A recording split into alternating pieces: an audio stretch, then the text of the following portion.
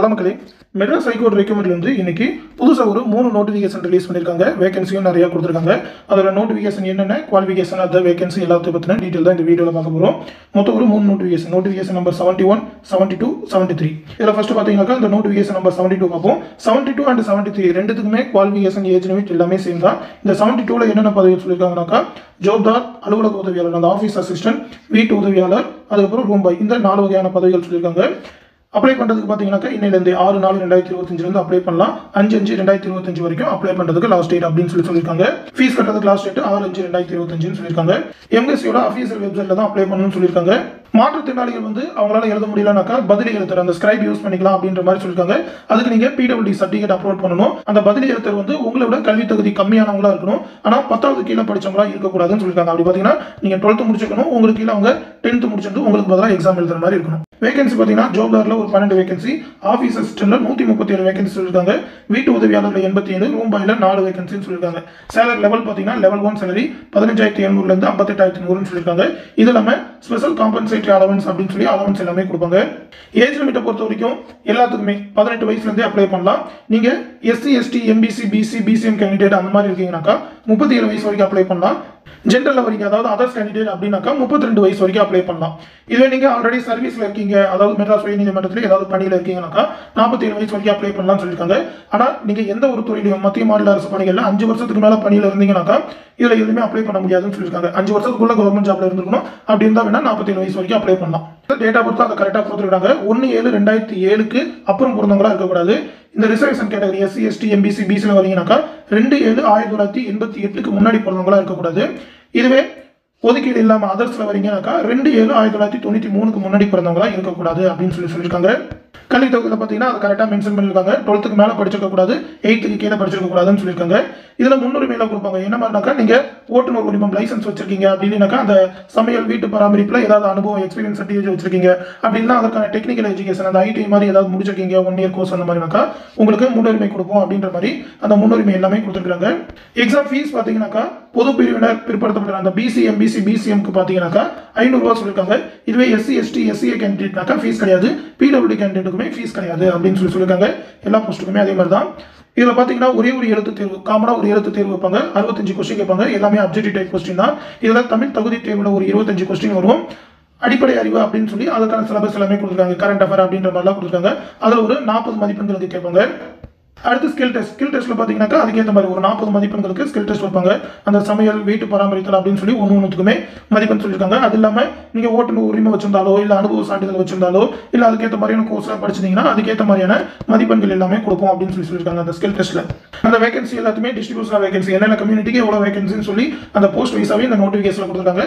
அடுத்து பாத்தீங்கன்னா notification number 73. இதுல அந்த தூய்மை பணியாளர், தோட்ட பணியாளர், வாட்டர்மேன், சுகாதார பணியாளர், காவலர், இந்த போஸ்டிங் எல்லாமே சொல்லிருக்காங்க. நோட்டிஃபிகேஷன் ரூல்ஸ் எல்லாமே சேம் தான். Qualification, exam pattern, age limit, apply பண்றது எல்லாமே சேம் தான். ஆனா அப்ளை பண்றது தனித்தனியா அப்ளை பண்ணணும் அப்படின்னு சொல்லியிருக்காங்க. இதுல வேகன்சி பாத்தீங்கன்னா தூய்மை பணியாளர்ல ஒரு 73, தோட்ட பணியாளர்ல 24, வாட்டர்மேனுக்கு 2, சுகாதார பணியாளருக்கு 49, காவலர்ல 4. சேலரி லெவல், அந்த அலவன்ஸ் எல்லாமே சேம் தான். ஏஜ் லிமிட்டும் அதே தான். SC, SCA, ST, MBC, BC, BCM எல்லாமே 37 வயசு வரைக்கும் அப்ளை பண்ணலாம். அதர்ஸ்ல வரவங்க 32 வயசு வரைக்கும் அப்ளை பண்ணலாம்.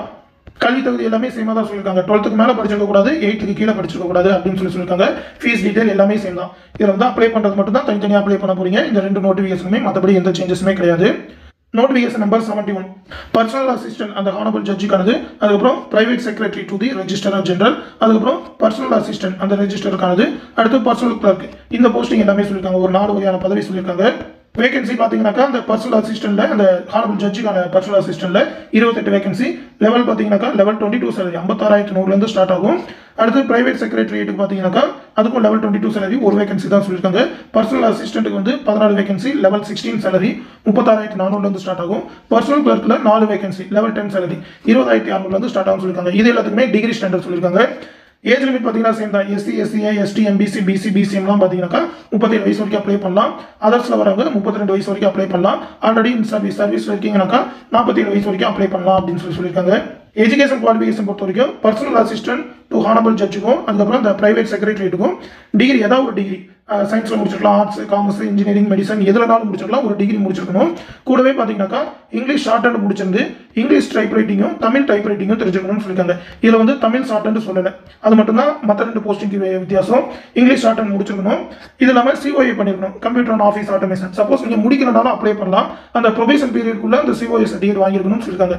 அப்படி இல்லைனாக்கா நீங்கள் முடிச்சிருக்க டிகிரி டிப்ளமோ வந்து கம்ப்யூட்டர் ரிலேட்டடாக கம்ப்யூட்டர் சயின்ஸ், கம்ப்யூட்டர் இன்ஜினியரிங் முடிச்சிருக்கீங்கன்னா உங்களுக்கு COA சர்டிஃபிகேட் தேவையில்லை அப்படின்னு சொல்லியிருக்காங்க. இதுவே பர்சனல் அசிஸ்டன்ட், அதுக்கப்புறம் அந்த பர்சனல் கிளர்க்குனாக்கா ஏதாவது ஒரு டிகிரி முடிச்சிருந்தா போதும். இதுக்கு வந்து இங்கிலீஷ் அண்ட் தமிழ் ரெண்டுத்துலையுமே ஷார்ட் ஹேண்ட் முடிச்சிருந்து ரெண்டுத்துலையுமே டைப் ரைட்டிங்கும் ஹையர் முடிச்சிருக்கணும் அப்படின்னு சொல்லியிருக்காங்க. COA முடிச்சிருக்கணும். COA முடிக்கலனாக்கா ப்ரொபேஷன் பீரியட்ல முடிச்சிருக்கணும்னு சொல்லியிருக்காங்க. இதுதான் இதற்கான கல்வி தகுதிகள். அப்ளை பண்ணுறதுக்கு ஃபீஸ் பார்த்தீங்கன்னா BC, BCM, MBC, DC others மற்ற எல்லாருக்குமே பார்த்தீங்கன்னா போஸ்ட் வைஸாக மாறும். அந்த பர்சனல் அசிஸ்டன்ட் பிரைவேட் செக்ரட்டரியேட்டுக்கு 1200 ரூபா, பர்சனல் அசிஸ்டன்ட்டுக்கு 1000 ரூபா, பர்சனல் கிளர்க்குனாக்கா 800 ரூபா சொல்லியிருக்காங்க. மற்றபடி SC, SCA, ST, PWD கேண்டிடேட்லாம் ஃபீஸ் இதுக்குமே கிடையாது. கண்டிப்பாக அப்ளை பண்ணலாம் அவங்க எல்லாருமே. எலெக்ஷனை பொறுத்த வரைக்கும் ரிட்டன் எக்ஸாம் வைப்பாங்க, ஸ்கில் டெஸ்ட் வைப்பாங்க, அதுக்கப்புறம் வைவா வாய்ஸ் சொல்லியிருக்காங்க. ரிட்டன் எக்ஸாம் பொறுத்த வரைக்கும் பார்ட் A, பார்ட் B 2 உண்டு. பார்ட் A வந்து Tamil eligibility test, objective type question தான் OMRல 50 கொஸ்டின் கேட்பாங்க. பார்ட் B வந்து இங்கிலீஷ் டெஸ்ட், அதாவது டிஸ்கிரிப்டிவ் டைப்பாக வைப்பாங்க. அந்த எஸ்ஏ ரைட்டிங், பேராகிராஃப் ரைட்டிங் அந்த மாதிரி இருக்கும் 100 மார்க்குக்கு. சிலபஸ் வந்து ஜென்ரல் தமிழ் வந்து SSLC 10th ஸ்டாண்டர்ட் வரைக்கும் ஸ்கூல் புக் படிக்கணும்னு சொல்லியிருக்காங்க தமிழுக்கு. பார்ட் B வந்து டிகிரி ஸ்டாண்டர்ட்னு சொல்லி அந்த எஸ்ஏ ரைட்டிங், லெட்டர் ரைட்டிங் இது மட்டும் தான் சொல்லியிருக்காங்க. காமனாக கேட்பாங்க. பார்ட் B வந்து ஒன்லி இங்கிலீஷ் தான், இங்கிலீஷ்ல மட்டும் தான் கேட்போம் அப்படின்னு சொல்லியிருக்காங்க. அதனால தான் நோட்டிஃபிகேஷன் வந்து இதுக்கு இங்கிலீஷ்ல மட்டும் தான் கொடுத்துருக்காங்க, மற்றதெல்லாம் தமிழ் அண்ட் இங்கிலீஷ்லேயே கொடுத்துருக்காங்க. ஸ்கில் டெஸ்ட்டை பொறுத்த வரைக்கும் இதில் அந்த பர்சனல் அசிஸ்டன்ட்ல பார்த்தீங்கன்னாக்கா இங்கிலீஷ் ஷார்ட் ஹேண்டும் தமிழ் டைப் ரைட்டிங்கும் வைப்பாங்க முதல் 2 போஸ்டிங்கு. அடுத்த 2த்துக்கு பார்த்தீங்கன்னாக்கா ரெண்டுத்துலையுமே ஷார்ட் ஹேண்ட் டெஸ்ட் வைப்பாங்க, இங்கிலீஷ் அண்ட் தமிழ் ரெண்டுத்துக்குமே ஷார்ட் ஹேண்ட் டெஸ்ட் வைப்பாங்க.